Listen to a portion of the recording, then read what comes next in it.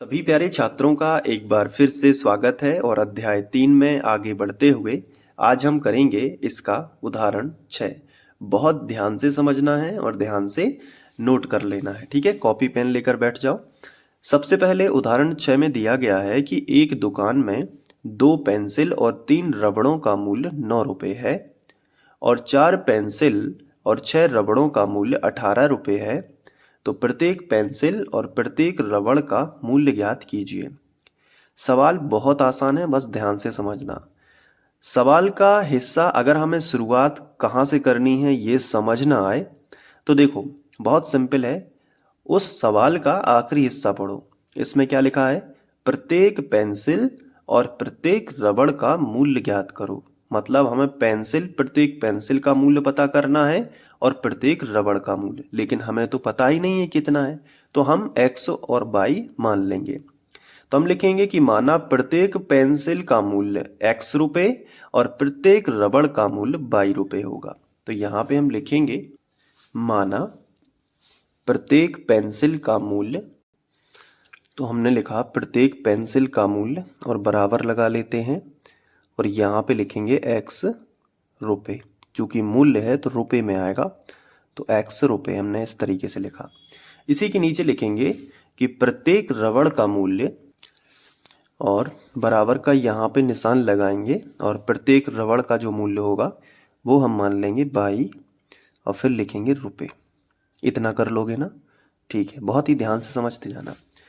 अब प्रश्नानुसार नीचे लिखेंगे हम प्रश्नानुसार। अब सवाल पढ़िए जरा, क्या लिखा गया है सवाल में।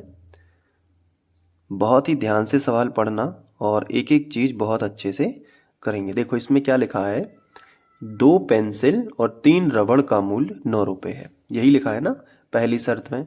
तो फर्स्ट शर्त और दूसरी शर्त है 4 पेंसिल और 6 रबड़ों का मूल्य 18 रुपये है। तो यहाँ से लेके यहाँ तक ये हमारी पहली शर्त है और यहाँ से लेके यहाँ तक ये हमारी दूसरी शर्त है। तो हम यहाँ पे लिखेंगे फर्स्ट शर्त से, तो पहली शर्त। ठीक है, पहली शर्त क्या कह रही है उसको जरा गौर करो।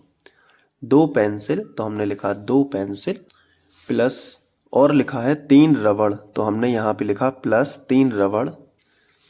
तो 2 पेंसिल और 3 रबड़ दोनों का कुल मूल्य कितना है? 9 रुपये, यानी दोनों को मिला के कितना हो रहा है? तो बराबर में लिखेंगे 9 रुपये। तो ये पहली शर्त में सवाल में दिया गया है। ठीक है, इतना कर लोगे। 2 पेंसिल और 3 रबड़ मिला दी जाएं तो टोटल पैसे बनते हैं 9 रुपये। अब देखो, एक प्रत्येक का मतलब होता है एक। ठीक है, तो एक पेंसिल का मूल्य कितना है? x। तो 2 पेंसिल का कितना हो जाएगा? 2x। ठीक है, जब एक पेंसिल का x है तो 2 पेंसिल का कितना हो जाएगा? 2x। प्लस है तो प्लस। एक रबड़ का मूल्य है 22 रुपये, तो 3 रबड़ का कितना हो जाएगा? 3y। और बराबर कितना लिखा है? 9, तो बराबर लिख दिया 9 और ये आपका बन जाएगा समीकरण 1। क्लियर, समझ में आ रहा है ना? अब सेकंड शर्त लिखोगे तो आप लिखोगे सेकंड शर्त से। अब दूसरी शर्त क्या कह रही है वो भी समझो। दूसरी शर्त कह रही है कि 4 पेंसिल, तो हमने लिखा 4 पेंसिल, फिर लिखा है 6 रबड़, तो हमने लिख लिया कि 4 पेंसिल प्लस 6 रबड़ दोनों को मिला के कुल 18 रुपये लग रहे हैं। तो बराबर में हमने लिखा, बराबर में लग रहे हैं 18 रुपये, तो ये हमने लिख लिया। अब देखिए, एक पेंसिल का मूल्य कितना है? x रुपये, तो 4 पेंसिल का कितना हो जाएगा? 4x। प्लस लगा है तो प्लस लगा दो। एक रबड़ का मूल्य कितना है? 22 रुपये, तो 6 रबड़ का मूल्य कितना हो जाएगा? 6y। और बराबर कितना है? तो बराबर है 18। इसको बना दिया हमने समीकरण 2।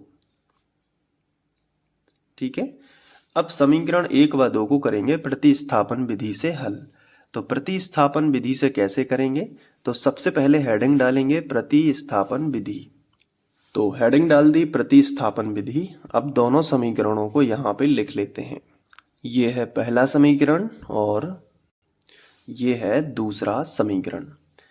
अब प्रतिस्थापन विधि में क्या करते हैं, बहुत ही ध्यान से समझना। प्रतिस्थापन विधि में हम समीकरण 1 से स्टार्टिंग करते हैं और समीकरण 3 बनाते हैं। तो हम लिखेंगे समीकरण 1 से, ठीक है। तो हमने समीकरण 1 पूरा उठा के लिख लिया, 2x धन 3y बराबर 9। अब यहाँ से हम क्या करेंगे कि x का मान निकालेंगे, तो y वाला जो पद है ना उसका पक्षांतर करेंगे। तो यहाँ से लिखना स्टार्ट किया 2x, लेकिन ये जो y वाला पद है इसको नहीं लिखा और बराबर 9 लिख लिया। अब y वाला पद हम जो प्लस का 3y था इस तरफ आ गया तो माइनस का 3y हो गया। समझ पा रहे हो ना। अब चूंकि हमें समीकरण 3 तब तक नहीं बनाना है जब तक x अकेला ना हो जाए, अभी 2 है ना साथ में, तो गुणा वाली संख्या कहाँ आ जाएगी, बटे में। तो x बराबर आ जाएगा 9 माइनस 3y और बटे में कितना आ जाएगा, 2 आ जाएगा। और इसे हम बना देंगे समीकरण 3। क्लियर है ना। अब जो x का मान है वो हम समीकरण 2 में रखते हैं। प्रतिस्थापन विधि में क्या है कि समीकरण 1 से समीकरण 3 बनाओ, जिसमें जो भी x का मान आएगा वो समीकरण 2 में रखो। तो अब हम लिखेंगे कि x का जो मान आया है इतना पूरा, तो x का मान समीकरण 2 में रखने पर, समीकरण 2 में रखने पर, चलिए समीकरण 2 क्या है, 4, तो 4 लिख लिया। लेकिन जो x लिखा है ना, तो x की जगह पे ये पूरा मान क्या है, 9 माइनस 3y और बटे कितना आ जाएगा, ये 2 आ जाएगा। कोष्टक लगा दिया, प्लस 6y, तो लिखा प्लस 6y और बराबर कितना है, 18 है, तो बराबर में लिख लिया 18 है। आगे बढ़ते हैं। ये देखो 2 से 4 कैंसिल हो रहा है तो काट दो, 2 दूनी 4, 2 बार में हुआ। तो अब ये जो 2 है आगे लिखा जाएगा और कोष्टक में रहेगा क्या, 9 माइनस 3y, कोष्टक बंद, और प्लस क्या रहेगा, 6y और बराबर कितना रहेगा, 18। अब देखो 2 का गुणा इस 9 में भी होगा और 2 का गुणा इस 3y में भी होगा, तो 2 इनाम 18। माइनस है तो माइनस, 3 दूनी 6y और प्लस 6y और बराबर कितना आएगा, 18। अब यहाँ पे हम देख पा रहे हैं कि 6y से 6y कट रहा है तो काट दो, तो आगे मिलेगा 18 बराबर 18। अब इसका क्या मतलब है, जब भी कोई संख्या के बराबर कोई संख्या आ जाए और मेन जो पद था y वो कट गया है, इसका मतलब है कि इसके अपरिमित रूप से अनेक हल हैं। अब यहाँ पे कटा कौन है, y, तो हम जो चीज कटती है हम लिखेंगे कि अतः यह कथन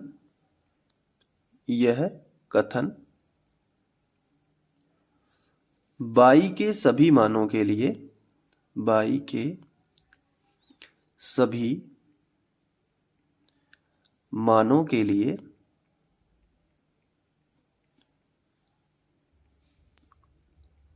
सत्य है। जो चीज कटेगी उसी के मानों के लिए लिख देंगे सत्य है। ठीक है। अब क्यों है सत्य, क्योंकि हमें y का कोई भी मान प्राप्त नहीं हुआ है। तो हम लिखेंगे चूंकि हमें y का कोई भी मान प्राप्त नहीं हुआ है,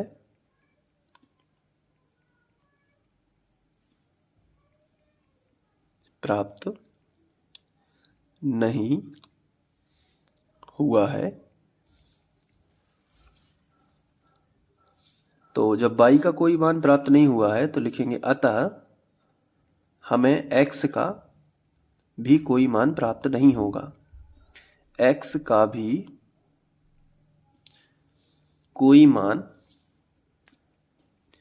प्राप्त नहीं होगा, प्राप्त नहीं होगा। और जब x का भी कोई मान प्राप्त नहीं होगा तो दिए गए समीकरणों के अपरिमित रूप से अनेक हल होंगे। तो लिखेंगे इसलिए दिए गए समीकरणों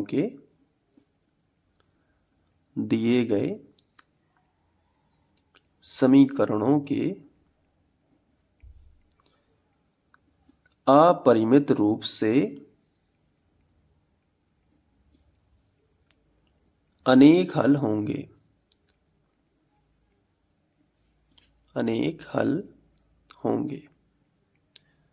ठीक है, तो ये भाषा आप एंड में लिख दोगे तो आपका एक भी नंबर नहीं कटेगा। तो अब इसको अच्छे से नोट कर लो, मैं यहाँ से दिखा देता हूँ। ये देखो, इसके बाद यहाँ पे, फिर यहाँ पे, फिर यहाँ। अब इसके बाद हम करेंगे उदाहरण 7 नेक्स्ट वीडियो लेक्चर में। प्लेलिस्ट आपको यहाँ पे दिखेगी, तो आप जाके क्रम अनुसार अध्ययन कर सकते हैं। Thank you.